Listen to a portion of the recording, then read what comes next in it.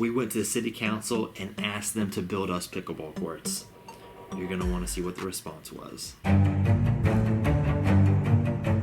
This video is just to answer a lot of the questions, the comments, the support that I've been given on the pickleball forums when I mentioned this the other night.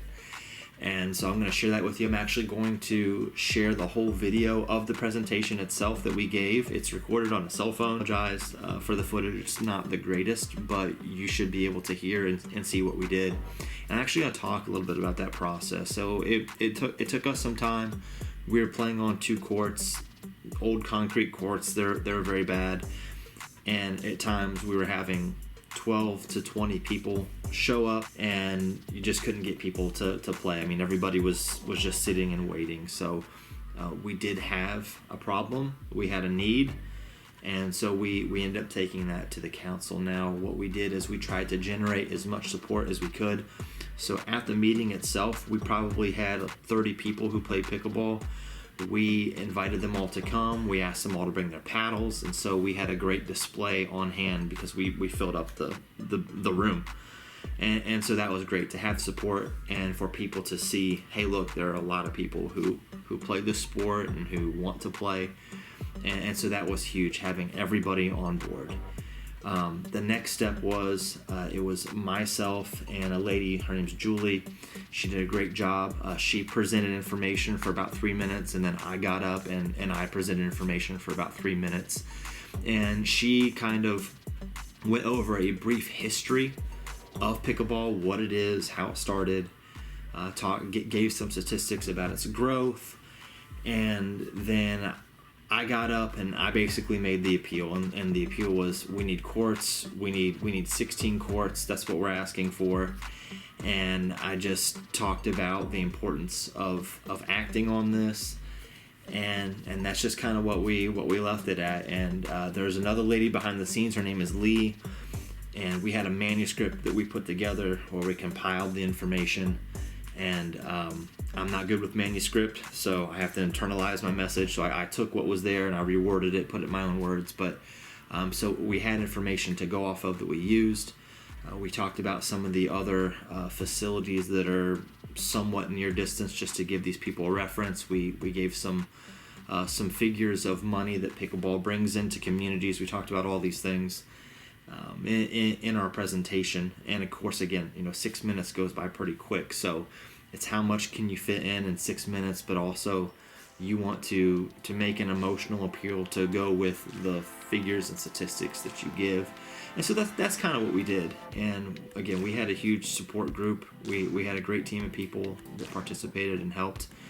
And we kind of left it at that, and the council, reconvened later on and decided that this is something that they want to do. So what they've done is they've agreed to build 8 courts, and they're going to be on the location where the local community college is. So they're going to build us 8 courts. In the meantime, we've moved on from the old courts. And what the city has done is they have taken 4 of the tennis courts and they have lined those for pickleball. And so we have up to 4 courts now that we can play on while we're waiting for the courts to be built. And we've already had a little bit of struggle, I think, with the tennis people who come and play. We're working out the schedule on that, and I can see, it's presenting some challenges, but I think that's just going to expedite, hopefully, the process of getting these courts, because you don't want that conflict, you don't want problem. If you want a copy of the manuscript that we put together, I'm sure that I can give that to you. Otherwise, just stay tuned here and watch it for yourself. Please let us know what you think. If there's anything you want to talk about some of the other stuff that's going on behind the scenes, discussions that our members have had maybe with the council or other people in the city and the community, let me know, and I'll share. I'll do whatever I can to help you, hopefully also help pickleball grow in your community. So thank you so much for watching this video. Please like and subscribe for future content, and until next time, take care. It's Julie Mills.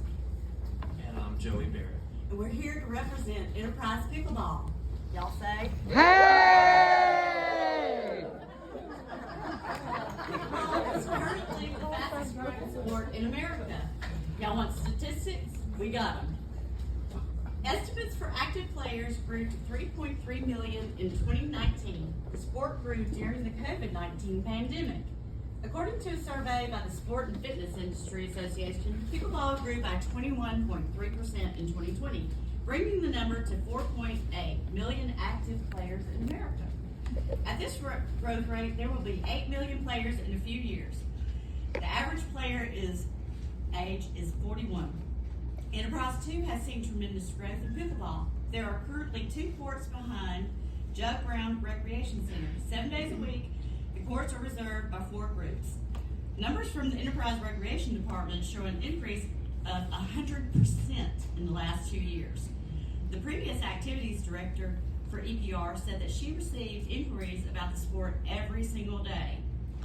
The current groups are busting at the seams. With 2 courts, 8 people can play at a time. And with up to 14 and more people showing up, wait time can be lengthy. Let's back up. What is pickleball?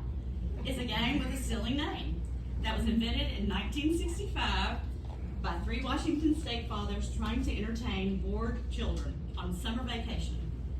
Having limited equipment, they attempted to set up badminton, but no one could find a shuttlecock.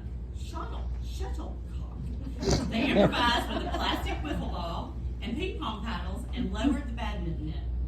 The family dog named Pickles kept chasing the ball, and thus was born the game's name. Today the game is still played with a wiffle ball and short paddles on what resembles a tennis court. So back to pickleball and Enterprise and why we are here. Soon the Jug Brown building will be coming down and a new multi-purpose building will be built where 2 current courts are. Recreation Director Billy Powell has been working with us to implement 4 temporary courts at the tennis complex on Highway 167. The space does not meet the 30 feet wide by 60 feet long required dimensions, but we will make do because we love the sport so much. We were also told the 2024 multi-purpose building will include 6 indoor courts that will be shared with basketball and volleyball. We are grateful for that, but with the demand for basketball and volleyball courts, our time will be limited. Our mild climate allows us to play pickleball outdoors year-round. Thus, we ask for an outdoor facility. Pickleball is growing fast in Enterprise. It has no age, race, or personal economic boundaries. A racket and ball can cost $20 at Walmart. It is an excellent source of exercise, and according to one source, the number of health benefits the game provides is a list of 20. But best of all, pickleball is fun. You make new friends. Yeah! And we love the Fort Rucker soldiers. Yay! And families. Yay! You see sons, mothers, everybody. Grandmothers.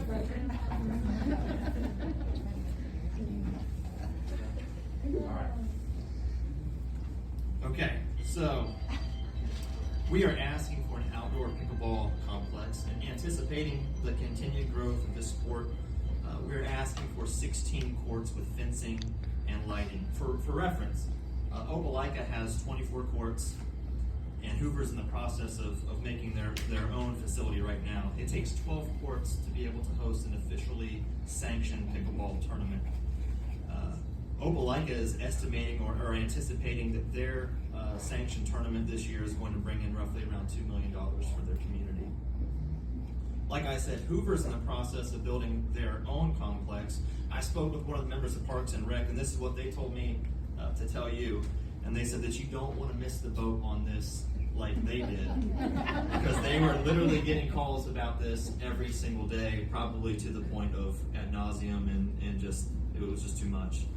So being in the field of ministry, I've served a number of congregations, and apart from loving God and His Word and loving your neighbor as yourself, the best quality that I've seen in a good leader is the ability to be proactive instead of reactive.